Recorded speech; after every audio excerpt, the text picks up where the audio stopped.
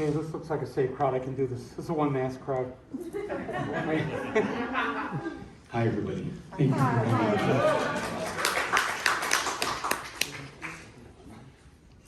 coming. Well, as you know, the director of the film, producer of the film, Evgeny. How do you?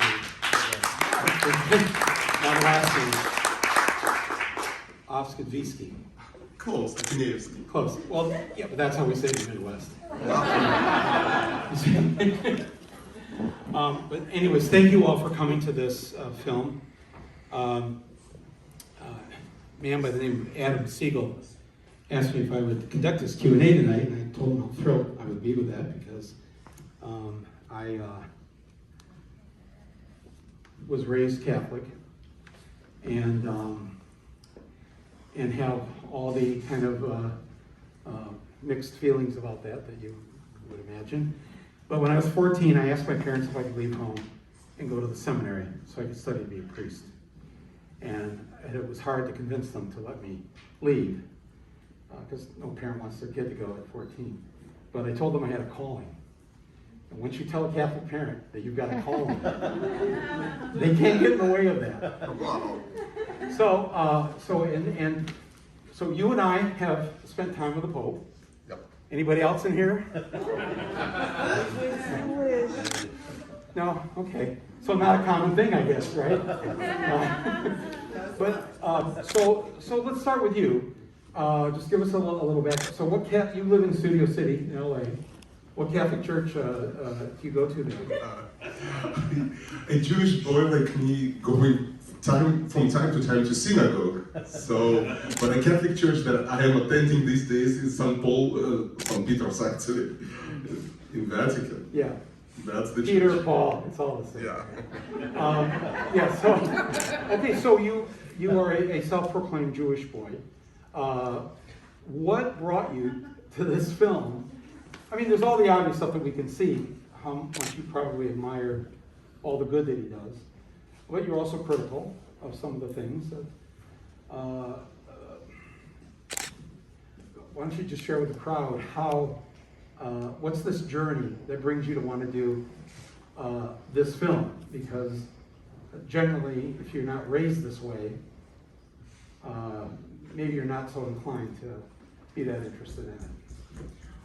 You and I met in 2015 in Toronto when you were presenting your movie. And for me, it was Winter on Fire, my journey that I started after the Ukrainian Revolution in Ukraine. Winter on Fire was my movie. Winter on Fire. Yeah. Yes. And that was the beginning. And then later on, I did another movie, Crisis from Syria, which I filmed in Syria, Yes. 2017. Yes. Now, both of the movies brought me to certain emotional crisis, like somebody who been witnessing atrocities, somebody who been on the front lines of the war. I had nightmares, I had a post-trauma. So specifically after Syria in 2017, I was struggling with myself and I wanted to find some kind of light, humanity, hope. And in the same time, I saw the ability how our movies, yours movies, my movies, many filmmakers who are here, able to inspire people and bring the change. And I wanted to find this kind of combination where I can bring hope, humanity, take the situations that happen across the globe, connect them together and still bring the hope, inspiration. And that was my challenge. And somebody suggested me to do research on Pope Francis. That's what brought me to him. And I did extensive research.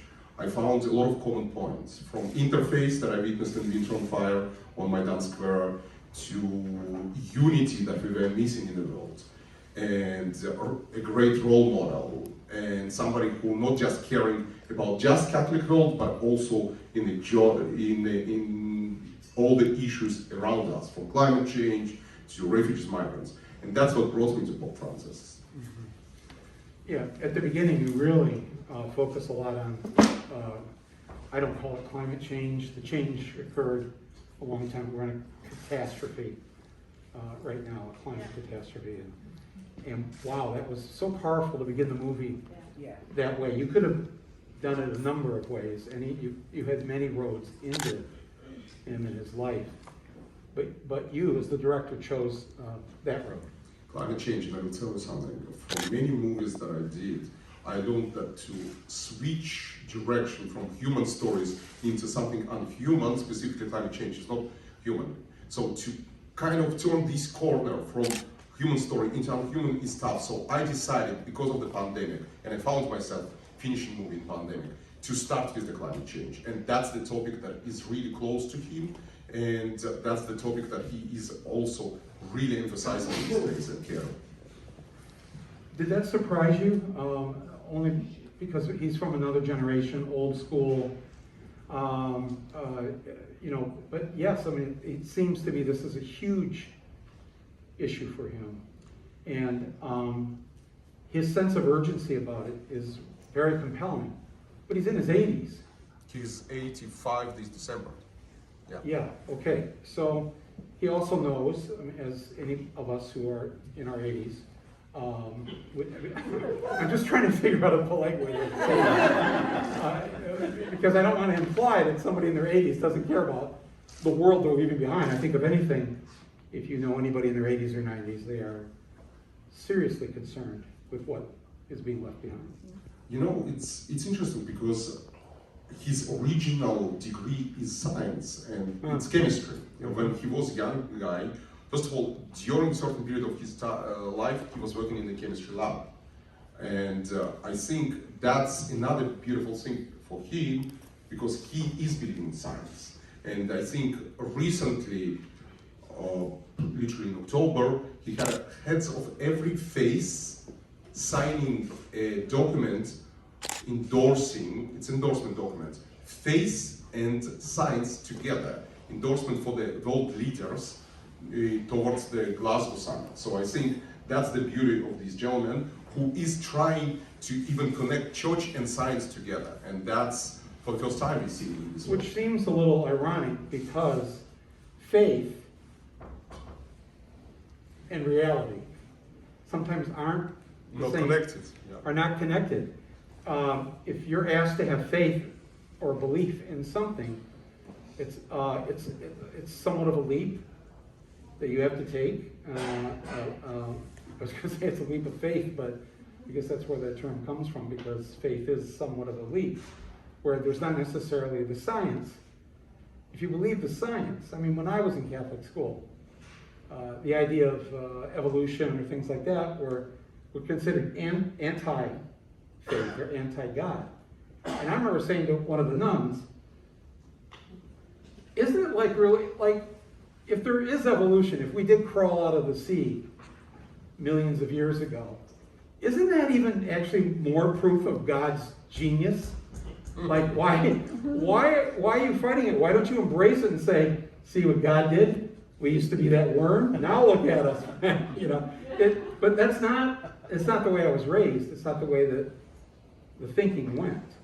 So, did you discuss this with him at all in terms of, because in the film you point out his parents were expecting that he was studying medicine and was going to be a doctor and all this? You know what is funny? It reminds me of my parents, because when I was born as a Jewish boy in a Jewish family in former Soviet Union, my parents wanted me that I will be either doctor or attorney. That's traditional Jewish family. And here we see the same thing in a traditional Catholic family, that he needs to be a doctor. I literally finished a medical school in former Soviet Union before I immigrated to Israel. So it's interesting to see kind of the same similarities. Now, Can I just say that for Catholic families in this country, none of us are expected to grow up and be a doctor. I'm just saying. But continue. But it's interesting, because at the end of the day, he believes in science, and he considers himself revolutionary in a lot of points in today's world, specifically in the church. Because in my conversation with him, he said that he is conservative, but he's revolutionary on many aspects of today's world. And that's what I love in him. When he says conservative, because, you know, there are still people I know who are Republicans or call themselves Republicans or conservatives, but they know the Republican Party has left them way behind. And they don't really know how to describe themselves now. So to say conservative, my grandfather was the head of the Republican Party in the town that we grew up in Michigan. But he explained that conservative meant that you're to conserve your money, don't spend money you don't have. You're to conserve the planet that God gave us and not wreck it. Conservation, conservative, you know. So when he says he's conservative, you kind of have to go, okay, you know, you don't need to really keep playing this game right now, because I think most of the world, those who love you and those who don't love you, are onto you in terms of how you're trying to fix this planet and help its people. So why does he still stay with that? Or maybe he means it in a religious sense, but I don't understand why he would think of himself as a conservative. I think he means it both ways, also in the religious way, that he belongs to the old generation and conservative generation who kind of brings the old traditional values of the church, but at the same time he stands on a revolutionary things, because he understands that for church, and again, it's my observations as the filmmaker, for church to sustain into the future, it's need to be changed. It's need to be adapted to the world of today. And I think that's what he calls revolutionary in terms of certain aspects of the things that is surrounding him. Right, because Jesuits, you know, I mean, for a long time, they're not too well liked by the Vatican. They're not well liked by the archdiocese here, or I don't know, I'm not from here, but I'm in and out of New York enough, but I don't remember when there was a Jesuit archbishop or cardinal of New York. Does any New Yorkers remember that? No. So he, you know, the Jesuit that we had in high school for English, in 9th grade, he said, we're going to study Shakespeare for 9 weeks, one play, 9 weeks, deep dive. Whoa. Wow. Yeah, right? What's the play? Romeo and Juliet. Whoa! We were like, there's sex involved here. And yet, and he took us, it was the year that Zeffirelli's Romeo and Juliet came out. So, it was, well, first of all, it was the greatest experience of learning how Shakespeare wrote his plays. But also, I think he knew that it was important for us to deal with our sexuality. And he wasn't afraid to get, and I just kept sitting there thinking, this guy, one of these days we're going to walk in here and he's gone. You know, so when I heard that this man was elected Pope, my first thought was, whoa, more sex. You know, this will be not sex is evil, you know, and not anti-gay, and not anti, I thought he'd be, but then as I read Argentina, there he is as the Archbishop and then the Cardinal, during what's called the Dirty War, the Mothers of the Plaza, all that. And my first thought was, oh, this is not going to be good. This is not going to be good. Until a few months into it, he said atheists go to heaven and so do gay people. And it was like, if you were anywhere within the Catholic community, it was absolutely shocking to hear such a thing. Does he know that? And does somebody test his soup first before he... I can tell you something else. He loves mate, the traditional Argentinian drink, and for like already, I think for last few years, before even pandemic, the security stopped allowing people to bring mates to the papal audience, because the people who come in usually to papal audience, the public one, were giving it to him, and he is taking and drinking. So it was stopped because, you know what, it was kind of suspicious that we need to preserve this man for all good that he is doing. So yeah, there is stories about him. When I had my audience with him, he comes up to me, and the first thing he says, and just tell me how common this is, because I see him as kind of a, you know, a warm and cuddly sort of person. The first thing he says to me is, why don't you make more movies? I said, what do you mean? I just made one last year. You need to make more. He was like, you know, I was getting the Catholic scold from him. And then he went and he told me a couple of scenes, oh my, this guy's actually watched a movie, like he watches movies. And I was very moved by it. And then I said, there's a question I want to ask you, and I won't repeat your answer if you don't want me to. I said, but you know, the last pope, who was conservative, JP, too, not Benedict, but, well, he was too. Yeah. He was German conservative. They can't see my face under this mask. But I said to him, do you believe capitalism is a sin? And he looked at me and he said, "Si." And he told me why. Because it is not right that there are people who have so much at the expense of those who have little or nothing. And I said, is it okay if I repeat this? Because I won't if you don't want me to. No. But make more movies. But I was very moved that, because I've thought about this for a long time, that nothing in the Bible says that this kind of economic system that we have has any moral backing to it. To me, I was taught that everybody has a seat at the table and everybody gets a slice of the pie. And I was taught that by the government teacher who taught democracy, because he said it can't be a real democracy if it's only democracy in voting. The economy has to be democratic, and the people have to have a say in the democracy. And a version of what he went on then to say matched that, and I was very moved, and I thanked him for that. And as he's walking away, because I can't help myself, I said, Holy Father, women, please. You know that I think 2 weeks ago he appointed another woman on the position number 2 in the Governatorato of Vaticano. He actually, I think, what is amazing with him, he brings transparency, which is one of the biggest challenges for the old world of the church, and at the same time, it's something that he's proud, and at the same time, that helps to fight sexual abuse, transparency. He brings more women into the key positions of the church, and he brings more lay people into the high positions of the church, which helps him to fight all the abuse and cover-up situation, that fights also the inequality in the church. And yeah, he's doing sexual revolutions with... And power, though. And power. It's not, doing well by women isn't just seeing them as victims of sexual abuse. It's also, once women have power, real power, whether it's in the government or the church or whatever, that's when maybe a lot of this stuff will change. Yes.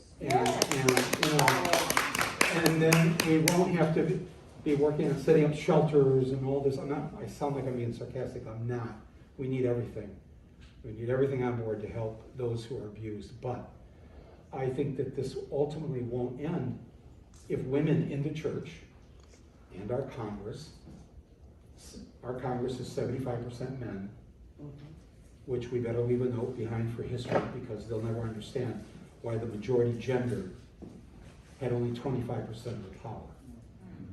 So, and when I said that to him, not that long version, but the, Holy Father, please, women, equality, power, and he was like, see, and he wasn't dismissing me, but it's like I had already given him the capitalism question and everything else.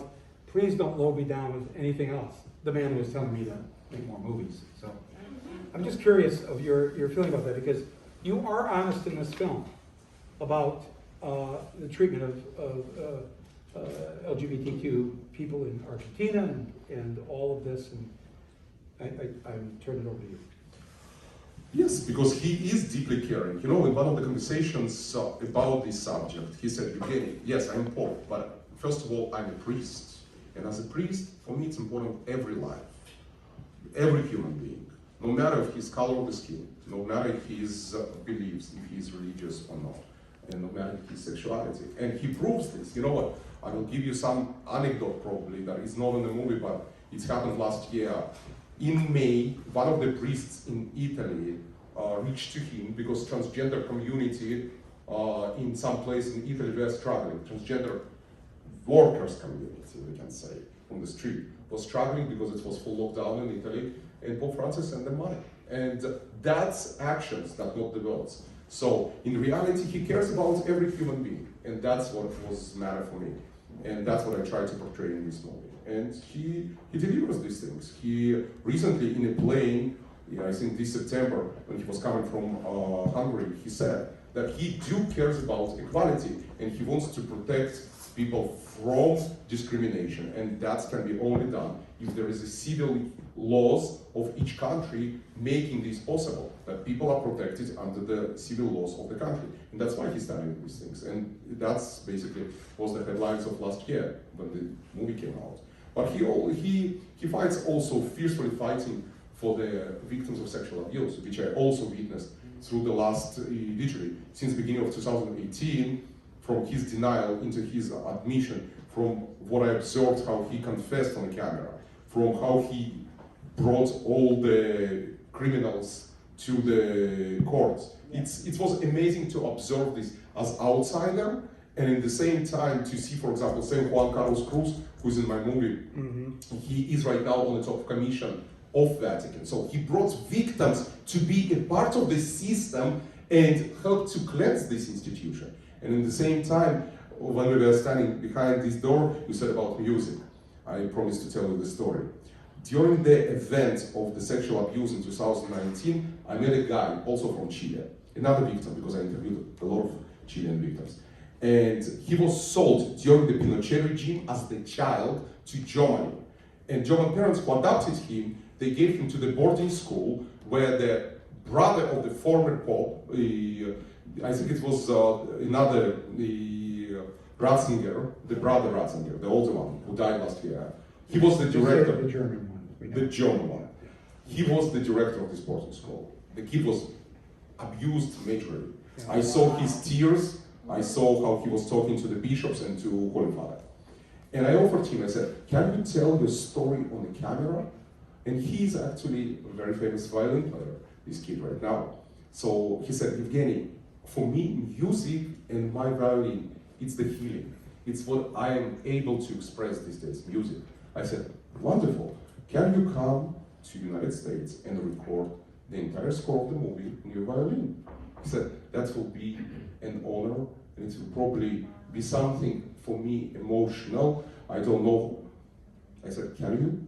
So he came, and at the end of 2019, we recorded the entire score on his violin. For him, it was healing and an emotional process. And I remember, before leaving the United States, he took my cell phone and he said, let me tell you something, but you will hear this only when I will leave. And he left me like 10 minutes message that I was in tears, because for him, it was true a healing process of the seeing how his sound of music can bring some truth to the world through these images. So that's the music. Wow.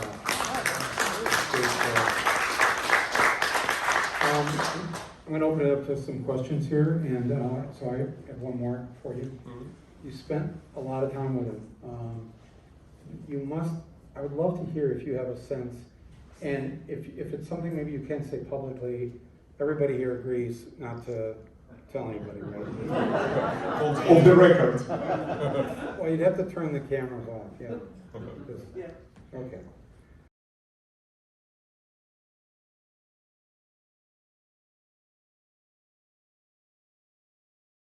Years ago, and we never figured it would end up with you. You know, it's interesting because you said, Michael, go and make movies. Every time I'm literally saying hello and then we separating, he's always saying the same thing. Evgeny, go and continue to do what you do. Go and continue to do movies. Same exactly words, actually. Right now, I've been in September, we did a screening with refugees from like 30 different countries, including Afghanistan, and you know what? He was he was going back to Santa Marta, I was going back to my hotel before I'm going to LA, and he said the same things. And the same happened in May when I was with him, and the same happened during the summer. So every time he's saying the same thing: go and continue your mission. And it's probably the same thing with this movie. I'm trying to bring his mission that he's trying to inspire. Give you another story. Yeah, but wait. Just, I'm a little. I thought that was my mission, that he said the same words to you. I'm now going to call up the two brothers, the Russo brothers from Cleveland, and ask them if the Pope told them to make more Marvel superhero movies. I got a feeling that's his standard line to everybody. But you were going to say something. No, I wanted to tell that in May when we screened the movie, actually Discovery opened this virtually. I'm glad that we have audience in the house, but in March it was still virtually. When we opened, You would have shown him the film? He saw the part of the movie, yes. Every time I was coming to him, I was showing him on my iPad, he was commenting, and like this, he saw almost the entire movie, but by parts. Because he never said... Give me a comment or criticism that he gave you. No, he actually liked this. When we were working on the sexual abuse thing, he was pointing to different cardinals and explaining me in what they are used. But there is no criticism. What I love, You mean the cardinals that are still there, or the ones in the film? The ones in the film that were kicked out. Yeah. So he was literally giving me comments. He never told me what to do, and I love this because during the process, he was staying away from me, allowing me to be objective, and you can see that I tackled every subject. Vatican kind of, what they can do to Jewish boy? They can't send me out of the church. So I was lucky. Clearly you have not heard of the Spanish Inquisition. You know, Spanish Inquisition is still there. It's the doctrine of faith. It's just changed the name, rebranded. Doctrine of faith. But it's technically the Spanish Inquisition. But you know what? That was a great thing, and I love it because it's what I cherish. I cherish it in you because you're able to have your freedom of speech in each of your movies. I cherish what America gave to me as the Russian immigrant from literally Russia, Israel, and right now here for 22 years. And I cherish this because that's freedom of speech and freedom of expression as an artist.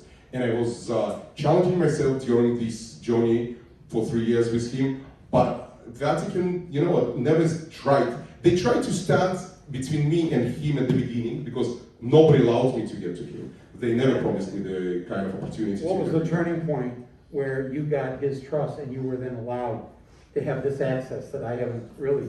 There have been other Pope-type documentaries or things on CNN or whatever, but I've not seen anything like this. You know, it was interesting because when I started the project in 2018, the Vatican said, you can start, we're not promising you any interview with him. So I went back to Argentina, to beginning of his history. I met a lot of his friends. I met his family. I established my first connections with them, turning about women. I even interviewed the daughter of his former girlfriend, who passed away before, a couple of years. So I literally went to every corner of Buenos Aires and Flores and all the place there, and I met everybody. And I established my contacts. I understood the person before I even met him, and slowly I got to the contacts in Vatican who were also related to the Argentina, and through them I started to get him letters. I started to introduce myself. I started to explain to him what I'm trying to do. Of course, slowly I started to get responses where he not was exactly ready for the camera. He said, I'm not an actor, why should I be on the camera? I'm a priest. I'd rather go to the end of the world to be on the front lines and help to the people, but not on the camera. I'm not an actor.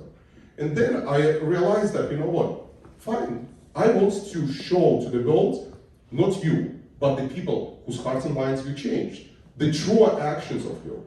And then slowly, when he realized that it's not about him, he don't want movies about him, he don't want another biography or something, but he rather have something, what he's doing, bringing spotlight on the issues of this world. Exactly what he's doing. He's going these next months, in the 2nd of December, to Greece and Cyprus, and he's going to again to Lesbos, to the camp.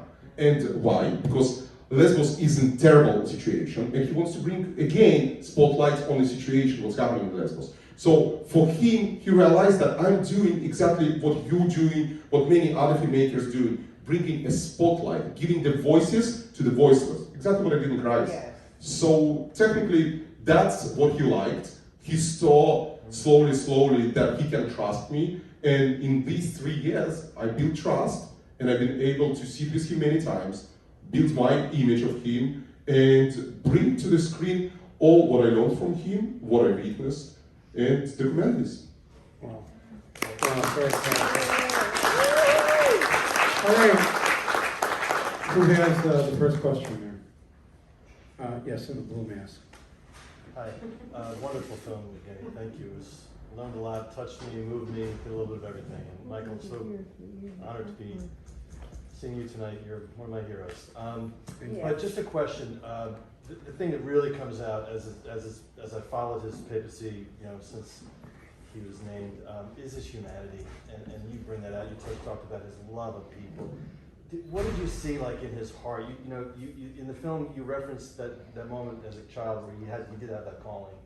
I think it was like when he had confession first, or something happened to him when he was younger. He was 17. It was on 21st of September 1953. Yeah. Is there anything more there? Did you see those? Like, what is that real intention, that motivation? That is in his soul? Like, what really did you see that you saw that he wants to carry this out? I'm just curious to know if there's anything more there that we didn't necessarily see, depicted in the film. You know what? I will tell you interesting stories. The original cut was 6 hours, and there is a lot of those hours. Yes. And one of the things that Michael mentioned today about that even atheists can go to heaven, it was a scene with the kid on his shoulder, the little child called Munroe. It happened in April 2018. His dad was atheist, but the kid was a Catholic. And the dad died in 2015. And the kid was raised Catholic. And father baptized him, and it was like 4 kids. And the teacher in the Catholic school, like traditionally, said to the child, everybody who is atheist going to hell. It's really hurt the child.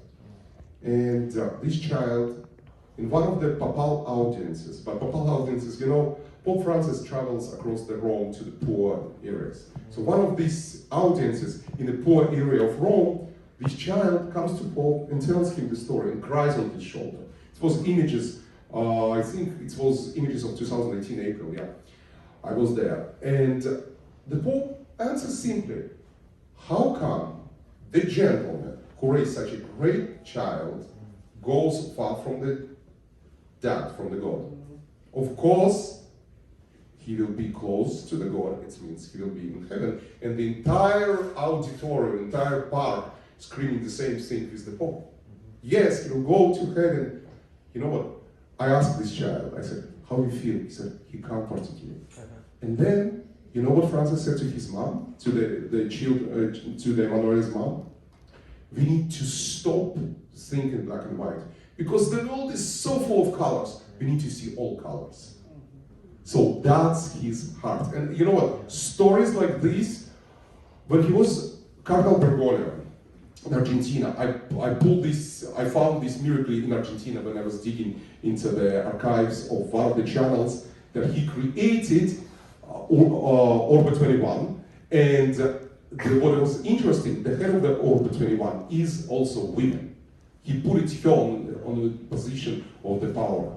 It's him. It's Cardinal Bergoglio. And it was a story that he literally baptized kids of the prostitutes from different fathers without papers, which is not kind of possible in the Catholic Church. But he did it, and he explained himself. Did Jesus ask for the papers to be close to him? That was his explanation. So that's Jorge Maria Bergoglio. Thank you. I'm getting a high five sign. We have time for one more question. Anybody? Yes, ma'am. Hi, Michael. Michelle Osric. Oh, hi. That was amazing. Thank you so much. Really, I was so moved by his apology that he could go from this did not happen, no evidence, to a leader like that saying, I'm sorry, I was wrong. His apology just wasn't, I'm sorry, it was a real apology. It was a real amends. But I was still surprised when he did, I remember when it happened, when he did say this, when he denied it.